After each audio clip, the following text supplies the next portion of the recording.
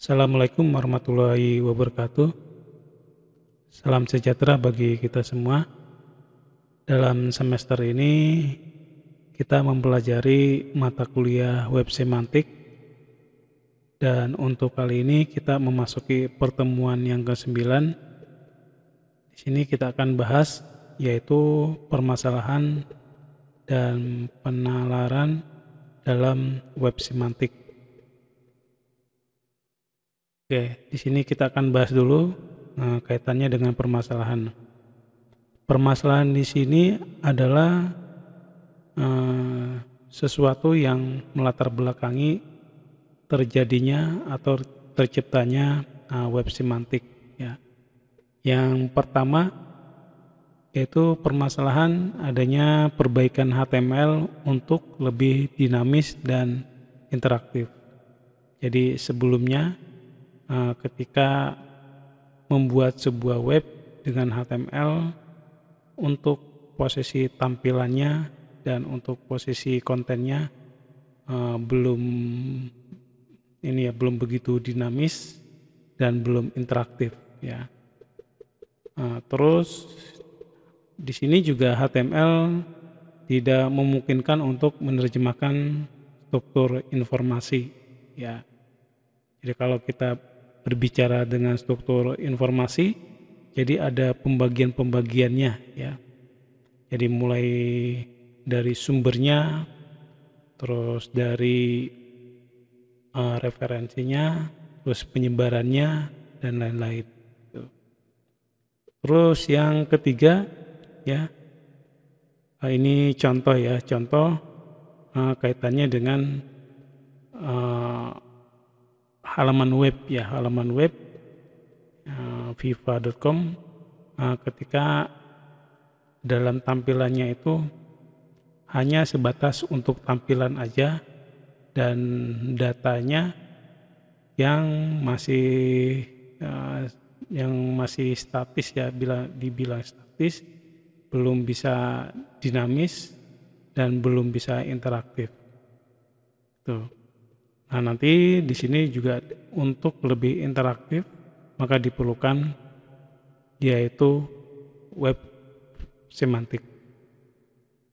Permasalahan berikutnya ya, ini juga merupakan sebuah sejarah. Jadi munculnya HTML ya oleh Wetrise tahun 2000. Ini merupakan teknologi ya, yang tadinya HTML menjadi XHTML. Terus untuk XHTML juga di sini ada beberapa versi ya.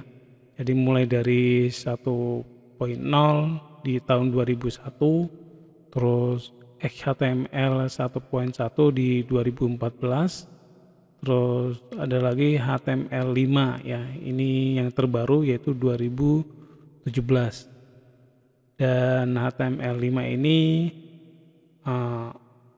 lebih interaktif ya, karena di sini bisa dibuatkan grafisnya dan support kepada aplikasi mobile untuk saat ini gitu. Terus selanjutnya bahwa di dalam pemrograman XHTML dan HTML5 ini lebih tegas ya dalam penulisan elemennya.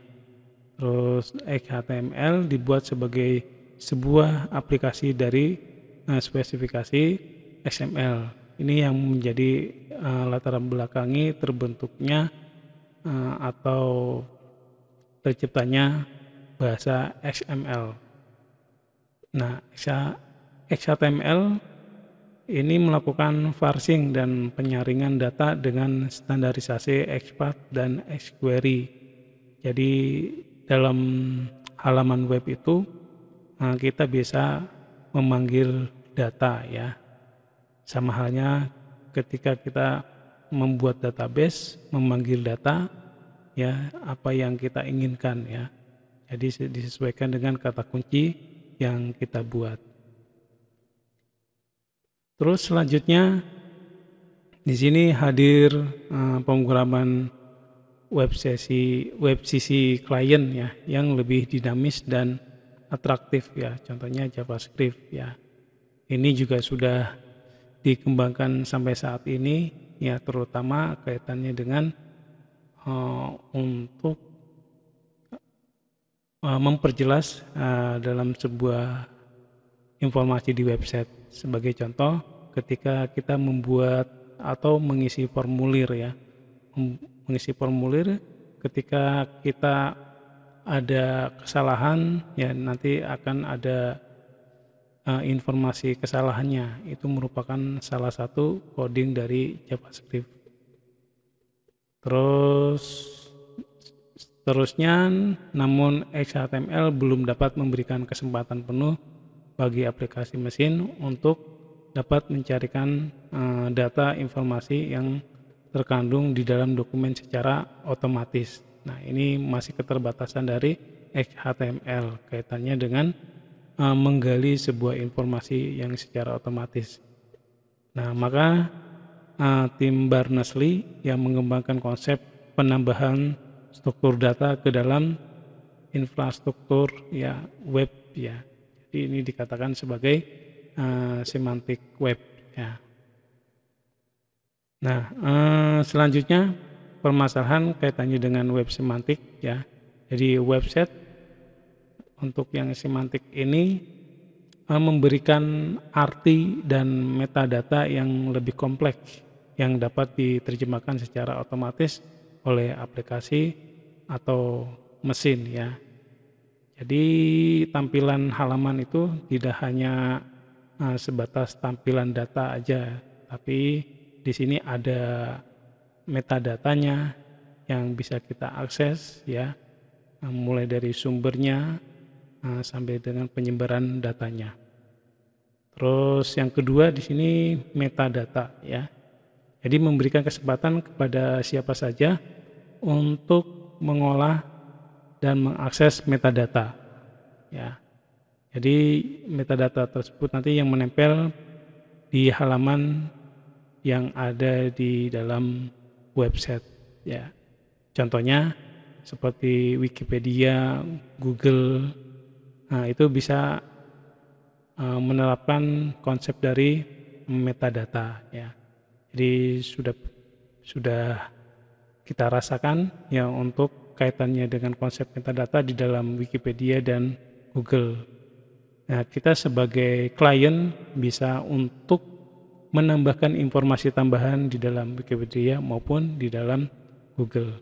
Kalau Google itu biasanya kaitannya dengan blog ya atau blogger.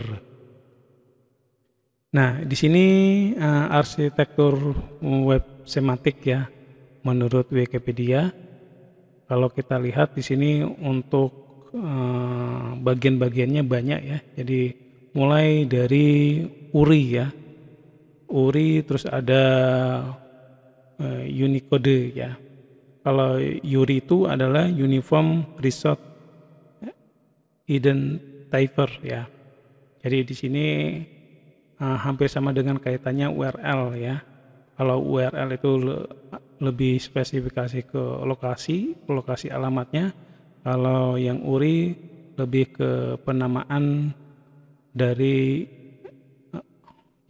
datanya. Jadi lebih luas URI-nya di sini.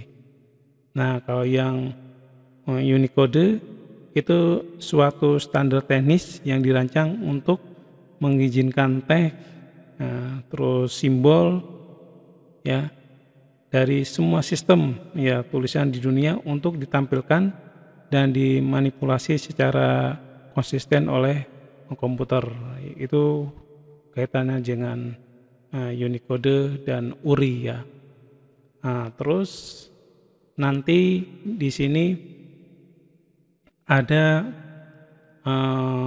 bahasa pemrogramannya ya atau sintaknya menggunakan XML ya. Nah, jadi tidak lagi menggunakan HTML tapi menggunakan XML. Terus di sini juga ada kaitannya dengan RDF atau data ya. Di mana RDF itu Resource Description Framework ya. Jadi di sini ada struktur datanya ya atau struktur informasi di sini.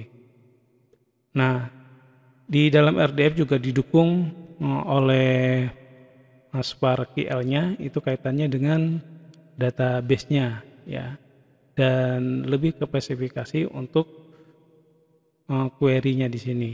Jadi ketika kita mencari sebuah data di dalam website ya dengan kata kunci, kita bisa melakukan pencarian data di dalam website tertentu ya. Nah, terus di sini juga ada ontologinya, ada rule-nya. Ini biasanya kaitannya dengan data-data yang realitas atau yang sesuai dengan kenyataan, dan tentunya juga di dalam data itu ada rule-nya ya, atau tahapan-tahapannya di sini. Nah, terus di sini nanti ada unifying logic ya. Itu biasanya kaitannya dengan logika pemersatu ya, ketika sudah melewati dari tahapan RDF dan Spark QL ya. Terus di sini ada proof, ada trust, ini kaitannya dengan pembuktian atau kepercayaan sebuah data. Terus nanti akan ditampilkan di dalam user interface dan application. Ini akan lebih ke klien, jadi seorang user bisa melihat atau memanfaatkan web semantiknya menggunakan browser. Nah, itu kaitannya dengan arsitektur web semantik ya. Dan tentunya juga kalau kita lihat di beberapa sumber ya, atau di beberapa referensi, arsitektur web semantik juga akan ada definisi tersendiri-sendiri ya. Jadi ada yang lebih ringkas, ada yang lebih banyak untuk kaitannya dengan penerapan web semantik. Nah, ini kaitannya dengan bahasa pemrograman untuk yang web semantik. Nah, web semantik lebih kepada XML ya. Nah, ini pembedaan ya antara HTML dan XML. Nah, di sini contohnya XML. XML ini kaitannya dengan data ya. Jadi XML itu untuk script atau codingnya berfungsi untuk menyimpan dan mengirim data. Ya, jadi di dalam scriptnya itu bisa menyimpan dan mengirim data. Tapi di dalam HTML cuma menampilkan data aja. Nah, kalau sebelumnya di mata kuliah pemrograman web itu kita mempelajari HTML, membuat sebuah data, membuat tabel ya, terus membuat data tag, itu hanya sekedar tampilan data saja. Terus di sini kaitannya dengan tag ya. Jadi bebas menggunakan tag yang Anda buat sendiri. Ya, jadi tagnya itu kita bisa dengan penamaan sendiri. Ya. Biasanya kalau di HTML ada tabel, ada form ya, tapi di sini untuk di XML akan lebih bebas dalam penggunaan namanya. Nah, makanya di sini bertolak belakang. Kalau di HTML harus menggunakan tag-tag tertentu untuk menjalankan fungsinya. Terus berikutnya ini kaitannya dengan huruf yang digunakan di dalam codingnya atau scriptnya ya. Kalau di XML dapat membedakan huruf kapital dengan huruf kecil ya, ini case sensitif namanya. Nah, berbeda dengan HTML ya, tidak dapat membedakan huruf kapital dengan huruf kecil ya. Jadi menuliskan huruf besar, huruf kecil, eksekusinya adalah sama gitu. Nah, terus yang berikutnya ini kaitannya dengan data juga ya. Data di sini yang XML yaitu datanya struktural ya. Kalau kaitannya dengan kata struktural itu biasanya ada bagian-bagiannya, ada pengelompokannya, terus ada yang bagian-bagian kinerjanya masing-masing ya. Ini kaitannya dengan data struktural. Dalam HTML tidak terdiri dari data struktural. Terus berikutnya ini kaitannya dengan teknik penulisan di dalam tagnya. Jadi kalau di dalam XML harus ada tag penutup di dalamnya. Sedangkan di dalam HTML tidak perlu menggunakan tag penutup ya. Nah itu. Tapi kadang-kala juga HTML ada yang menuliskan penutupnya, tapi itu tidak terlalu berpengaruh. Tapi kalau di XML harus dilakukan pembuka dan penutup. Oke. Saya kira cukup dulu untuk kaitannya dengan permasalahan ya, yang kaitannya dengan yang melatar belakangi terciptanya atau terbentuknya web semantik. Nah, untuk minggu depan kita akan bahas kaitannya dengan penalaran web semantik. Oke, saya kira cukup dulu. Terima kasih. Wassalamualaikum warahmatullahi wabarakatuh.